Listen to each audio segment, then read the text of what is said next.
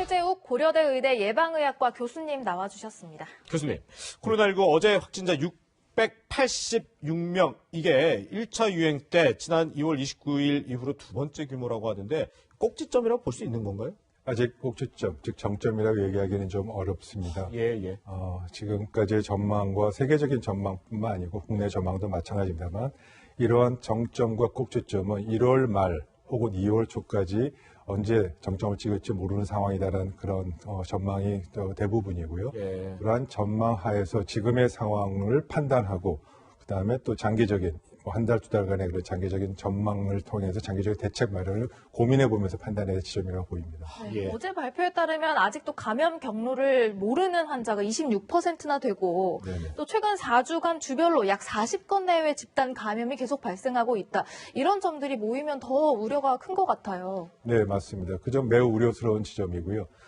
그것이 지금 과거의 1차, 2차 유행과 다른 점이 네. 바로 그 점에서부터 시작되는 겁니다. 즉, 감염 경로를 모른다는 것은 환자가 많아서 지금 그런 것도 이유가 있는데 그것보다 더 근본적인 이유는 즉 일상 감염, 즉 지역사회 감염이 이제 이미 전국적으로 확산되고 있는 상황이다라는 것이 근본적인 원인이고요. 네. 지역사회 일상 감염이 전국적으로 지역사회에 이렇게 있으면 이 부분은 사실 방역 당국의 체크가 안 됩니다. 지금까지는요.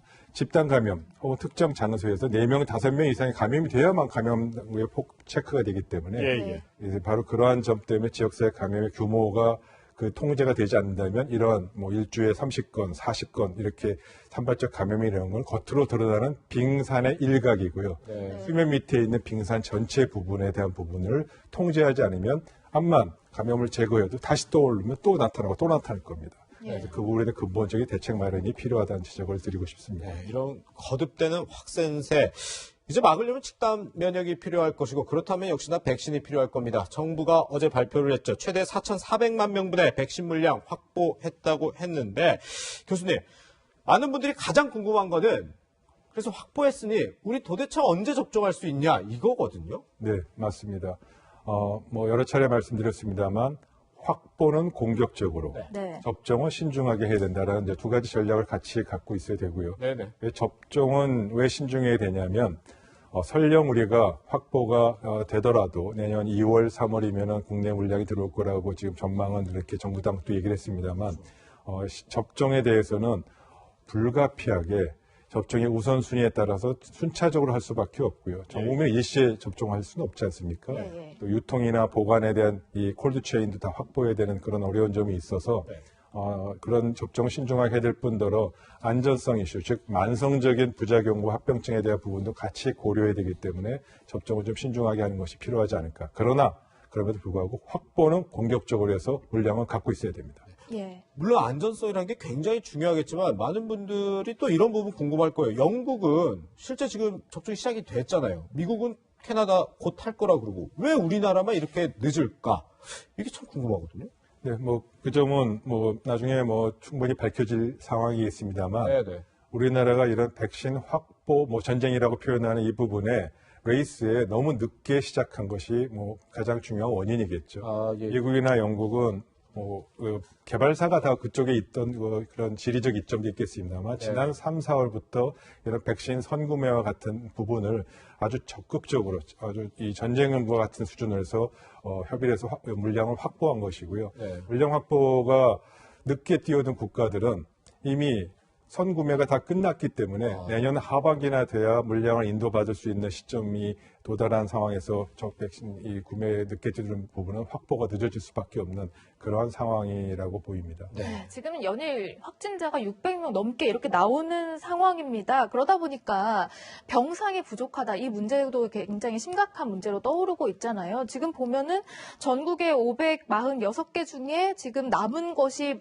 7.9%, 40여 개밖에 없고 그마저도 가장 심각한 수도권에는 지금 더더욱 없다. 이런 얘기 저희가 어떻게 받아들여야 될까요? 네, 사실입니다. 지금과 같이 확진자 수가 계속 이렇게 연이어 600명대로 증가한다면 예. 이 의료 체계의 역량은 이미 소진을 넘어서 붕괴될 수밖에 없는 상황입니다. 네. 세 가지로 나눠서 판단해야 됩니다. 중환자 확보 전략, 중환자실 확보 전략과 네. 치료 병상 확보 전략, 그다음에 이 생활치료센터 확보 전략이 세 가지 각도에서 각각 다른 방식으로 접근을 해야 되고요. 네. 물론 치료 병상과 생활치료센터를 추가로 확보하는 부분, 뭐 컨테이너를 이용한다든지 뭐 추가적인 병원 확보하는 그런 노력을 하고 있습니다만 네. 병상수 확보와 더불어 이 격리 치료 기간을 단축시킨다든지 네.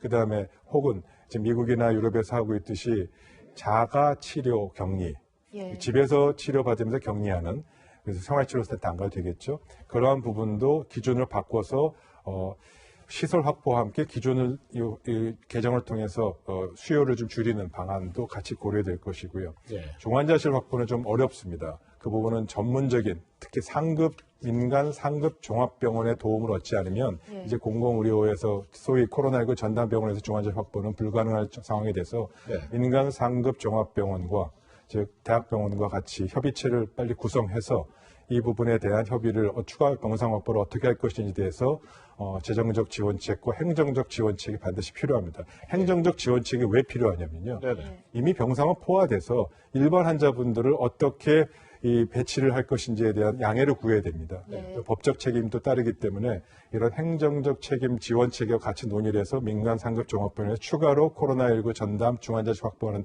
이 협의체가 반드시 빨리 조속히 시행이 돼서 공식적인 이런 협의를 통해서 논의가 되지 개별 병원과의 협상을 통해서 이렇게 해결된 문제는 아니라고 봅니다. 교수님이 잠시 얘기해 주신 게 컨테이너 임시 시설인데 저희가 뭐 영상으로도 준비가 돼 있을 텐데 사실 이 안전성이라든지 이런 얘기도 나오는데 정말 이 상황에서는 이 컨테이너라도 불가피한 상황인 거예요? 그럼요. 아. 네, 상황에 따라서 유연하게 대처하는 것이 필요하고요. 예, 예. 지금 컨테이너 병상이라고 이렇게 자료화면에 나옵니다만 네.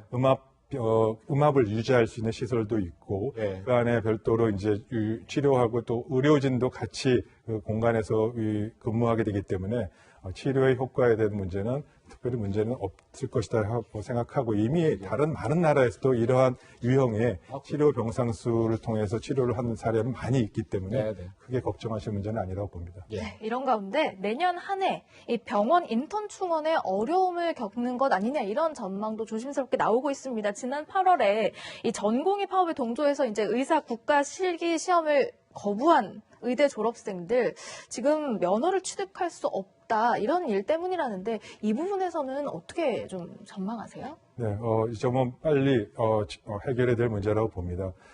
누구 의사협회 또 정부 당국의 잘잘못을 따질 것만은 아니고요. 예. 잘잘못이 있다면 따지기도 하고 또 국민들의 또 여론과 이런 부분들에 또 호소도 해야 되겠습니다만 결론은 이렇습니다. 만일에 원래 3,100명 정도가 의사가 매년 배출돼야 되는데 지금 2,700여 의사 졸업생들이 지금 시험을 못 보기는 상황이 돼서 네. 2,700명 정도의 이 공급이 부족하게 되면 당장 내년에 인턴으로 근무할 의료 인력은 거의 확보가 불가능하고 그럼 의료 마비가 일어날 거고요. 그게 내년 한 해만의 문제가 아니고 인턴을 끝나면 그 다음에 레지던트로 들어가고 전문의 과정을 밟아야 되는데 결국 앞으로 내년 포함해서 한 5년간 매년 2,700명의 의사 수가 부족해지는 이런 문제가 한두의 문제는 아니기 때문에 의료체계 붕괴까지 도출될 수 있어서 의료계와 정부 당국, 이 해안과 또 협의와